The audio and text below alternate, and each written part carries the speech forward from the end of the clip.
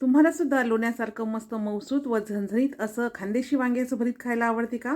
तर त्यासाठी रेसिपी पूर्ण बघा. चला तर मग रेसिपीला सुरुवात करूया. भरीत करण्यासाठी इथे मी अर्धा किलो मोठी वांगी घेतली.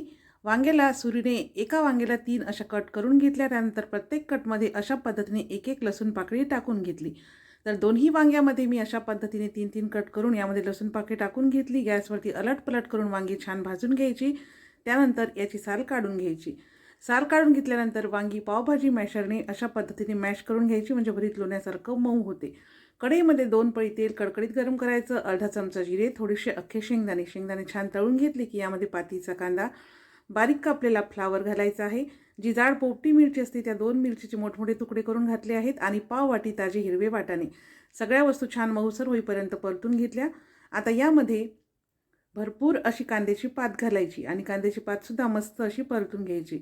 त्यानंतर सगळ्यात शेवटी अर्धा छोटा चमचा हळद आणि 1 चमचा लाल तिखट हळद घालून व्यवस्थित मिक्स करून घ्यायचं. मॅश केलेलं वांग्याचं जे भरीत आहे ते यामध्ये टाकायचं. चवीनुसार मीठ आणि आता सगळं भरीत व्यवस्थित असं मिक्स करून घ्यायचं. आवडत असेल तर धनेपूड किंवा गरम मसाला टाकू शकता. भरीत मिक्स करून घेतलं. 2 मिनिटे झाकण ठेवून वाफ काढून घेतली आणि इथे तयार आहे मस्त लोण्यासारखं मऊसूत आणि झणझणीत व चटकदार खानदेशी वांग्याचं भरीत. चला तर मग भेटूया पुन्हा एका नवीन रेसिपीसोबत.